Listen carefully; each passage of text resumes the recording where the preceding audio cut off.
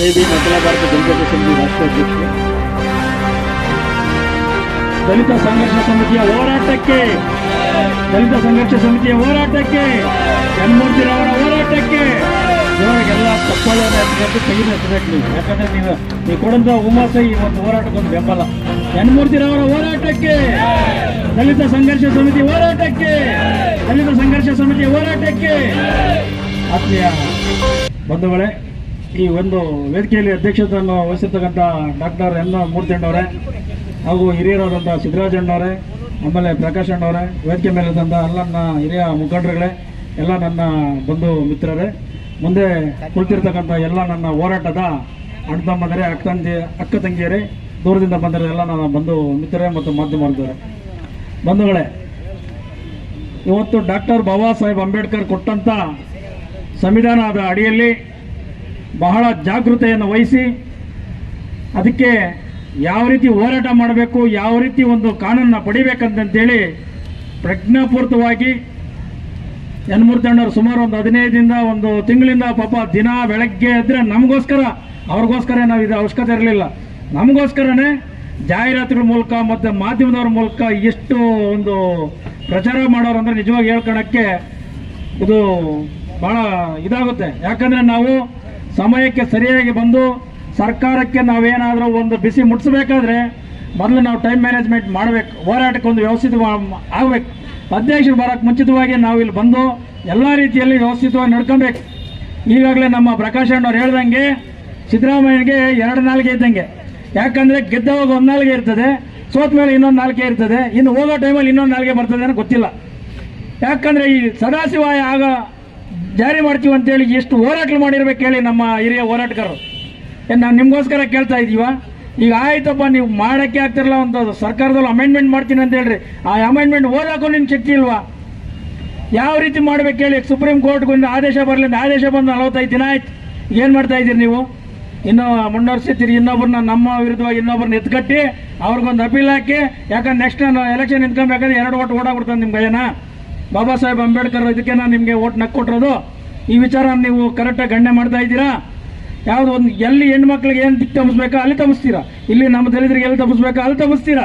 ನಿಮ್ಮನ್ನೇನ ಕೇಳ್ತಾ ಇದೀವಿ ಅಂತ ಸ್ವಾಮಿ. ನಾವು ಏನು ಬಾಬಾ ಸಾಹೇಬ್ ಅಂಬೇಡ್ಕರ್ ಒಂದು ಹಕ್ಕು ಕೊಟ್ಟಿದಾರ, ಯಾಕಂದ್ರೆ ನಾವು ಕೇಳ್ತಾ ಇದೀವಿ, ನಮ್ಮ ನ್ಯಾಯ ನಾವು ಕೊಡಿ ಅಂತ ಕೇಳ್ತಾ ಇದೀವಿ. ನಮ್ಮ ಒಂದು ರಿಸರ್ವೇಷನ್ ಬೇರೆ ತಗೊಳಕ್ಕೆ ನಿಮ್ಗೆ ಇಷ್ಟನಾ? ನಾವು ಹಿಂಗೆ ಇರಬೇಕಾ? ಮಣ್ಣೊತ್ತಾ ಇರಬೇಕು, ಕೆಲಸ ಮಾಡೋದು ಕೆಲಸ ಕೊಡ್ತಾರೋ, ಕಸ ಗುಡ್ಸ್ಕೊಂಡು ಹಿಂಗೆ ಇರಬೇಕಾ? ನಾವು ಮುಂದಕ್ಕೆ ಬರೋದು ಬೇಡ ಸ್ವಾಮಿ. ನಮ್ಮ ರಿಸರ್ವೇಷನ್ ಹಣ SCPT SB ಹಣ 34,000 ಕೋಟಿಗಳು ದುಮ್ಮ ಹೊರಟಾಯ್ತು. ಎಲ್ಲ ಗ್ಯಾರಂಟಿಗಳು ನಮ್ಮ ಹೆಣ್ಮಕ್ಳು ಕೊಡ್ತೀನಿ ಅಂತ ಹೇಳಿ ಇವತ್ತು ಮಾದೇವಪ್ಪನವ್ರು ಹೇಳ್ತಾರೆ ನಮ್ಮ ಹೆಣ್ಮಕ್ಳು ತಿಂತಾರೆ, ಎಷ್ಟೋ ತಿಂದ್ಬಿಡ್ತಾರೆ ನಮ್ಮ ಹೆಣ್ಮಕ್ಳು. ನೀವು ಅವ್ರ ಜೊತೆಲಿ ಕೈ ಜೋಡಿಸ್ಕೊಂಡು ನಮ್ಮ ದಲಿತರಿಗೆ ಮೋಸ ಮಾಡ್ತಾ ಇದ್ರಲ್ಲ, ಇದು ನಾಚಿಕೆ ಆಗಲ್ವಾ ನಿಮಗೆ? ನಮ್ಮ ದುಡ್ಡು ನಮ್ಗೆ ಕೊಡ್ರಿ, ಎಷ್ಟು ದಿನ ಆದ್ರೂ ನಾವು ಹಿಂಗೆ ಬಿದ್ದಿರ್ಬೇಕಾ? ಯಾವ್ದಾರ ಎಕನಾಮಿಕ್ ಡೆವಲಪ್ಮೆಂಟ್ ಅಲ್ಲಿ ಎಲ್ಲಾದ್ರೂ ನಮ್ಗೊಂದು ತೋರಿಸ್ತಾ ಇದ್ದೀರಾ? ಇದನ್ನೆಲ್ಲ ಅರ್ಥ ಮಾಡ್ಕೊಂಡು ಯನ್ಮೂರ್ತಣ್ಣವ್ರು ಏನೋ ಒಂದು ಹೋರಾಟ ಮಾಡ್ತಾರೆ ಅಂತೇಳಿ ಮೊನ್ನೆ ಇವತ್ತು ಇರೋಂಥ ರಾಜ್ಯಪಾಲರು ನಮ್ಮ ಮಾದಿಗರೇನೆ, ನಮ್ಮ ಸಮುದಾಯದವರೇ, ಅವ್ರ ವಿರುದ್ಧವಾಗಿಯೇ ಒಂದು ಹೋರಾಟ ಮಾಡೋರಂತ ಯಾವ ಗಂಡು ಮಾಡ್ತಾರೆ ಹೇಳ್ರಿ ನೋಡೋಣ. ಮಾಡಿವ ಅವ್ರ ಹೋರಾಟನ? ಸರ್ಕಾರದ ಪರವಾಗಿ ನಿಂತ್ಕೊಂಡು ನಿಮ್ಗೆ ಹೋರಾಟ ಮಾಡೋರಲ್ಲ, ನಿಮ್ಗೆ ನಾಚಿಕೆ ಆಗಲ್ವಾ? ನಿಮ್ಮ ಜೊತೆಯಲ್ಲಿ ನಿಂತ್ಕೊಂಡು ನೀವು ಕೈ ಜೋಡಿಸೋರಲ್ಲ, ಮಾಡ್ಬೇಕು ನೀವು. ಯಾವುದೇ ಒಂದು ವಿಚಾರದಲ್ಲಿ ಏನೋ ಒಂದು ಅವರು ಸ್ವಾರ್ಥಕ್ಕೋಸ್ಕರ ಮಾಡಲ್ಲ, ಹೋರಾಟಕ್ಕೋಸ್ಕರ, ನನ್ನ ಜನಾಂಗಕ್ಕೋಸ್ಕರ, ನನ್ನ ಒಂದು ವಿಚಾರಗಳು ಮಾಡ್ಬೇಕಂತ ಹೇಳ್ತಾರೆ. ಇವತ್ತು ಸುಮಾರು ಹಲವಾರು ಟಂಪ್ಟಿಲರ್ ಬರ್ಬೇಕಾಯ್ತು. ಆ ಟಂಪ್ಟಿಲರ್ ಹೇಳ್ತಾರೆ ಇಲ್ಲ ಸರ್ ಗಣೇಶನ್ಗೆ ಹೋಗ್ಬೇಕು, ಅಲ್ಲಿ ಹೋಗ್ಬೇಕು. 30 ಜನ ಕೇಳಿದ್ರು, 40 ಜನಕ್ಕೆ ಇವತ್ತು 100 ಜನ ಇನ್ನು ಅಲ್ಲಿ ಟ್ರಾಫಿಕ್ ಜಾಮ್ ಹಾಕೊಂಡು ಬರ್ತಾ ಇದ್ದೀನಿ ಅಂತ ಹೇಳ್ತಾರೆ. ಬರಲಿ, ಯಾಕಂದ್ರೆ ನಾವು ಹೊರಗಡೆಯಿಂದ ಬರ್ತಾರೆ. ನಮ್ಮ ಬೆಂಗಳೂರವರು ಈ ಕೆಲವು ನಮ್ಮ ದಲಿತ ನಾಯಕರು ಏನಾಗ್ಬಿಟ್ಟಿದ್ದಾರೆ, ಒಬ್ಬರು ಬಂದ್ರೆ ಒಬ್ಬರು ಆಗಲ್ಲ, ಇಬ್ಬರು ಬಂದ್ರೆ ಇಬ್ಬರು ಆಗಲ್ಲ. ಮೂರ್ತಣ್ಣವ್ರ ಹೋರಾಟ ಆಗಲಿ, ನಮ್ಮ ಹೋರಾಟ ಆಗಲಿ, ಕೆಲವು ಇಲ್ಲಿ ನಿಂತಿರುವಂಥ ಹೋರಾಟಗಾರರು ಹಂಗಲ್ಲ. 10 ಜನ ಬಂದ್ರೆ ಹೋರಾಟ ಇರ್ತದೆ, 100 ಜನ ಬಂದ್ರೆ ಹೋರಾಟ ಇರ್ತದೆ. ಹೋರಾಟ ಬಾಬಾ ಸಾಹೇಬ್ ಅಂಬೇಡ್ಕರ್ ಕೊಟ್ಟಿರೋದನ್ನೇ ಹೋರಾಟ. ಎಲ್ಲಿ ಗಂಟ ನೀವು ಹೋರಾಡ್ತೀರೋ ಅಲ್ಲಿ ಗಂಟ ನಿಮ್ ನ್ಯಾಯ ಸಿಕ್ಕಿದೆ. ನಿಮ್ ಸಿಕ್ಕಿಲ್ಲ ಅಂದ್ರೆ ಇಲ್ಲಿ ಬಿಟ್ಟು ಹೋಗ್ರಿ, ಹಿಂದಕ್ಕೆ ಮಾತ್ರ ತಗೊಂಡು ಹೋಗ್ಬಿಡ್ರಿ. ಆ ಒಂದು ಹಿನ್ನೆಲೆಯಲ್ಲಿ ನಮ್ಮ ಒಂದು ಮಾರ್ಗದರ್ಶಕರು ನಮ್ಗೆ ಏನೇ ಟೈಮ್ ಯಾವೇ ವಿಚಾರಗಳಿದ್ರು ನಮ್ಗೆ ಆಬೋದ್ ಬಂದು ಕಾತ್ಕೊಂತಾರೆ. ಯಾಕಂದ್ರೆ ಏನೇ ಒಂದು ವಿಚಾರ ಆಗಲಿ ಕಷ್ಟಕ್ಕೆ ಮುಂದೆ ನಿಂತ್ಕೋತಾರೆ. ಅಂಥ ನಾಯಕರು ಬೇಕು. ಇವತ್ತು ಅಂತ ನಾಯಕರ ಜೊತೆಯಲ್ಲಿ ಇದ್ದಂಥ ಕೆಲವು ನಮ್ಮಲ್ಲಿ 1000 ಜನ ಬದುಕ್ಸವ್ರೆ, 1000 ಜನ ಡೆವಲಪ್ಮೆಂಟ್ ಮಾಡೋರು ಬದುಕಲಿ. ಹಣ ಇಲ್ಲ ಹಿಂಗೆ ಮಾಡ್ದಾರ ನಮ್ಮನ್ನೇ ಬೈತಾ ಇರ್ತಾರೆ. ಯಾಕೆ ಅಂತ ಹೇಳ್ತಾರೆ, ಹಂಗೆ ಹೇಳಕ್ ಹೋಗ್ಬಾರ್ದು, ಎಲ್ಲೋ ಒಂದ್ ಕಡೆ ಬದುಕಲಿ ನಮ್ಮ ಹುಡುಗ ಅಂತ ಹೇಳಿದ್ರೆ ಈ ಒಂದು ವಿಚಾರನ ಯಾವ ನಾಯಕರು ಹೇಳಲ್ಲ.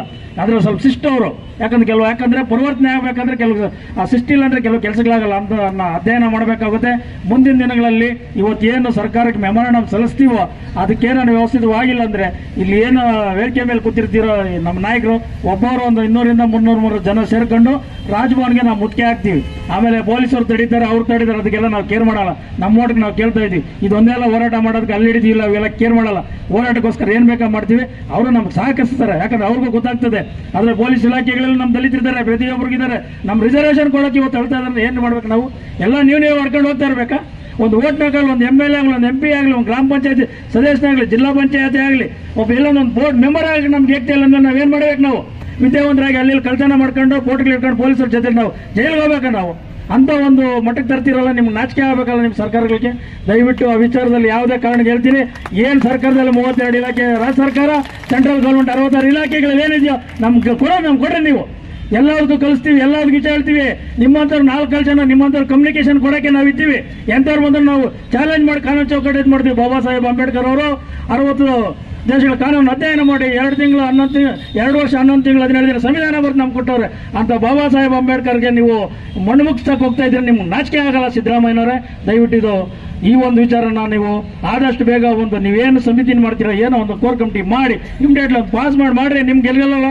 ಆಗ್ಲೇ ಹೇಳಿದ್ರು, ದಲಿತರು ಒಂದಾದ್ರೆ ನಿಮ್ಮನ್ನ ಉಳಿಸ್ತಾರೆ. ಈಗ ಆಲ್ರೆಡಿ ನಿಮ್ಮವರೇ ನಿಮ್ಮ ಉಳಿಸ್ತಾರೆ, ನೋಡ್ತಾ ಇದ್ರಿ.